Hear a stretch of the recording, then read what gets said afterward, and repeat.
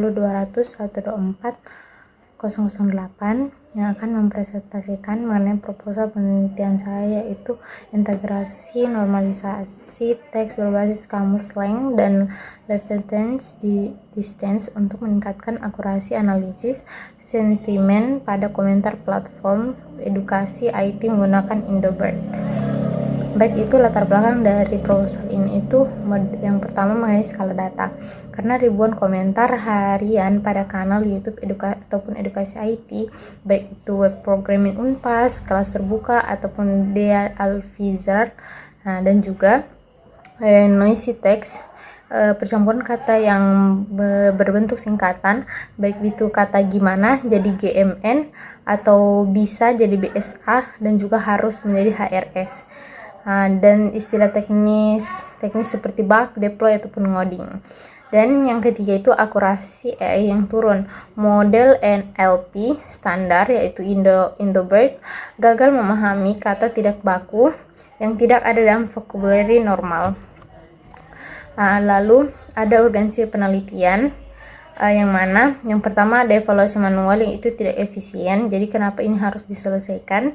Karena ribuan komentar itu harus bisa dianalisis satu persatu otomatis. Kita harus membutuhkan otomatisasi berbasis AI.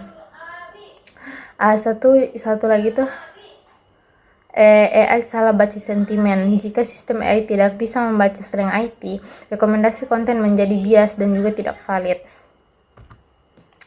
Adapun untuk research gapnya itu ada pada gap pertama metodologis ataupun teknisnya, karena belum adanya integrasi optimal antara modul normalisasi teks dinamis berbasis jarak karakter atau reference distance dengan model transformer Indobird untuk menangani noise linguistik unik domain IT, baik itu dari singkatan teknis tadi dan juga slang internet. Dan gap yang kedua itu aplikatif dan juga sektoral, yang mana minimnya penelitian analisis sentimen yang berbasis deep learning yang diarahkan untuk kebutuhan intervensi konten secara praktis dan juga real time bagi manajemen platform edukasi digital IT di Indonesia. Dan selanjutnya itu ada research question, yang mana ini bagaimana pengaruh implementasi normalisasi teks berbasis kamus slang dan algoritma reference distance terhadap peningkatan akurasi klasifikasi sentimen berkomentar edukasi IT menggunakan model Indobird. Jadi poinnya sini ada kamus slang, reference distance, Indobird, edukasi IT dan juga akurasi sentimen. Untuk hipotesisnya itu ada H0, hipotesis 0 itu tidak ditolak jika penelitian berhasil. Normalisasi teks tidak memberikan pengaruh signifikan terhadap peningkatan akurasi Indobird dalam klasifikasi sentimen komentar IT. Dan yang kedua itu hipotesis alternatif, target yang diterima. Normalisasi teks atau kamus slang dan reference distance memberikan peningkatan signifikan pada akurasi Indobird dibandingkan data tanpa normalisasi. Baik itu selisihnya akurasi itu dari F1 skornya itu lebih besar atau sama dengan 2%. Dan untuk jenis penelitiannya itu ada yang pertama eksperimen komparatif yang membandingkan dua skenario model secara terukur, key-fold cross-validation, dan juga menggunakan matriks kuantitatif. Dan yang terakhir itu dua skenario baseline dan proposed method. Dan metode dan algoritma yang digunakan ada dalam kamus slang itu ada itu corpus Indocolex, disesuaikan manual, glossarium istilah IT, locus based normalization, dan Levenshtein distance itu dengan mengedit distance algorithm, mengkoreksi typo dan variasi, dynamic programming, dan threshold based matching. Dan untuk Indobird fine tuning itu Indobird base dan juga fine tune klasifikasi biner dan Hugging Face transformers dan PyTorch plus GPU computing. Nah, untuk datasetnya itu sekian yang saya tampilkan, baik dari jumlah data, teknik sampling, dan juga polaritasnya. Mana ini sumber datanya ada dari web program Unpas, kelas terbuka, dan juga di Al-Rizal.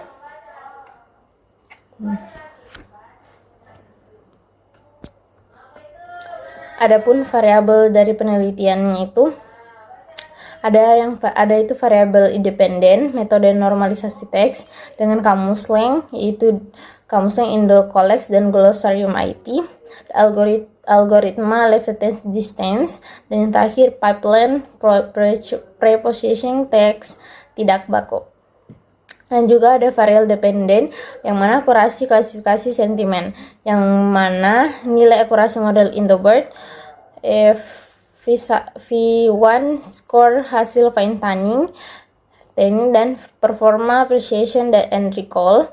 Dan variabel kontrolnya ialah variabel tetap, itu ada arsitektur arsitekturnya itu Indo-BERT base, domain datanya itu edukasi IT, dan hyperparameter training.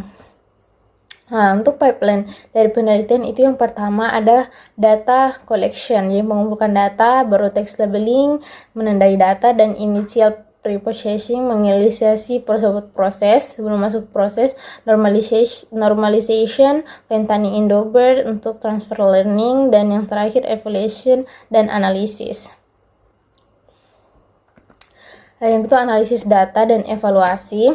Yang pertama itu dari segi akurasinya, presentasi prediksi benar dari total data yang ada recall, sensitivitas mendeteksi kelas yang positif, dan precision ketepatan prediksi kelas positif, dan yang terakhir V1 score itu harmonic mean, precision, dan recall.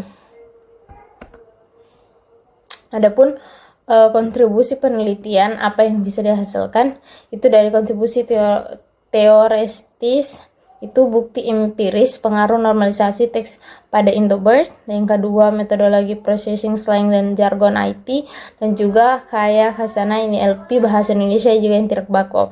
Dan yang ketiga itu ada yang kedua itu ada kontribusi praktis yang mana modul normalisasi teks siap pakai. Dan yang kedua pipeline analisis sentimen komentar YouTube. Dan yang ketiga tool evaluasi konten edukasi IT otomatis. Dan mengenai kontribusi sektoral, membantu konten kreator, edukasi IT, otomisasi, evaluasi kualitas materi ajar, dan feedback objektif dari ribuan komentar audiens yang ada. Nah, berikut jadwal penelitiannya, baik itu dari studi literatur, pengumpulan data, hingga penyusunan laporan akhir.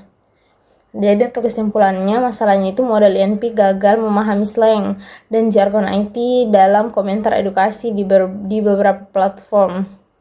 Solusinya itu dengan modul normalisasi, yaitu kamus slang ditambah Levitin's distance, ditambah juga dengan Indo-BERT fine tuning, dengan metode eksperimen komparatif kuantitatif, dengan key-fold cross-validation, yang mana targetnya itu untuk peningkatan akurasi dan V-score yang lebih dari 2% dibandingkan baseline-nya.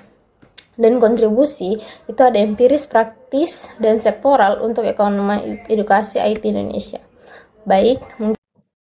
Baik, mungkin sekian presentasi dari proposal saya. Selanjutnya memasuki sesi tanya jawab oleh penguji 1, 2, dan juga 3 saya. Untuk penguji 1 saya persilahkan. Oke, baik. Terima kasih atas kesempatannya. Saya sebagai penguji 1 ingin bertanya kepada Mutmainah. Tadi gap yang Anda sebut menyebutkan domain edukasi IT itu belum dieksplorasi. Tapi dari mana bukti literaturnya bahwa domain ini benar-benar kosong? Terima kasih. Baik, terima kasih atas pertanyaannya. Untuk domain yang belum tereksplorasi ini itu ada pembuktiannya itu ada melalui dari Pasiswanto pada tahun 2022 yang membuktikan efektivitas metode ini, yang dimana domain ekspedisi Twitter bukan edukasi IT, dan juga ada pada Ardinata pada tahun 2024 juga hanya pada Twitter umum. Tidak ada satupun dari ketujuh referensi yang menyentuh domain tutorial IT. Itu yang menjadi dasar klaim gap saya. Baik, mungkin bagaimana penguji 1? Oke, jawabannya cukup bagus. Saya terima jawabannya. Terima kasih. Baik, terima kasih sebelumnya.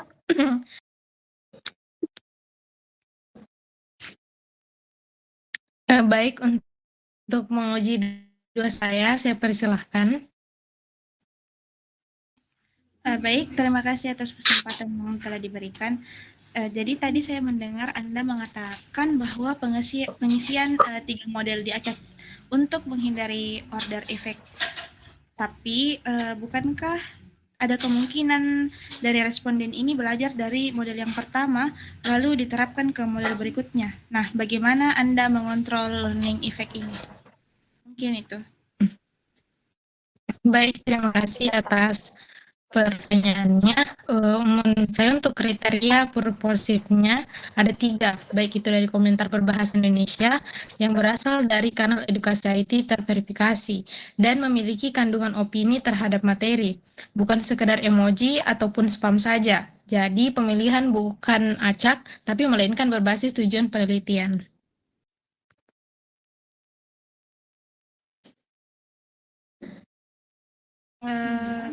Jadi menurut saya jawaban Anda soal learning effect ini cukup baik, tapi kan di sini Anda menggunakan 30 responden mahasiswa non-IT sebagai purposive sampling. Tapi apakah menurut Anda 30 orang ini cukup untuk menarik kesimpulan yang valid? Dan kenapa harus mahasiswa non-IT? Padahal kan pengguna web di dunia nyata itu jauh lebih beragam dari itu. Coba jelaskan. Baik, terima kasih atas tanggapannya. Saya akui ini titik lemah yang perlu diperkuat lagi. Jadi solusinya itu dengan kriteria menggunakan opini akan dioperasionalkan secara eksplisit. Misalnya dengan komentar 5 kata dan bukan berupa tanda tanya ataupun tanda seru tunggal. Selain itu, proses pelabelan akan melibatkan 2 labeler independen dengan perhitungan interpenator agreement menggunakan Cohes Kappa untuk mengukur konsistensi sehingga subjektivitas dapat diminimalkan secara terukur. Baik, jawaban Anda tentang efek ini sudah baik. Tapi saya tetap menyarankan untuk menambahkan jeda waktu antara pengisian model, misalnya itu 5 menit. Sisanya sudah baik. Terima kasih. Baik, terima kasih. Selanjutnya saya persilahkan penguji 3 saya. Oke, baik, terima kasih kesempatannya.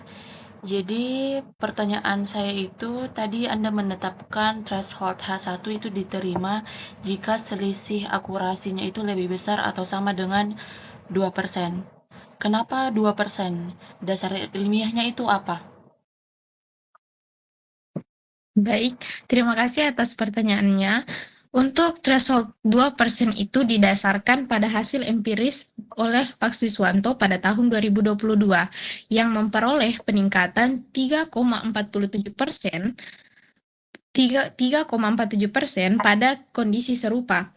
Saya mengambil angka yang lebih konservatif agar standar penerimaan tidak terlalu mudah untuk dipenuhi, sekaligus realistis untuk model pre-trained kuat Indobert yang ruangnya untuk melakukan peningkatan memang yang terbatas. Baik, mungkin saya kembalikan ke penguji 3. Oke, baik. Pertanyaan selanjutnya, jika ternyata hasil H0 tidak berhasil ditolak, alias normalisasi tidak meningkatkan akurasi, apakah penelitian Anda gagal? Oke, baik.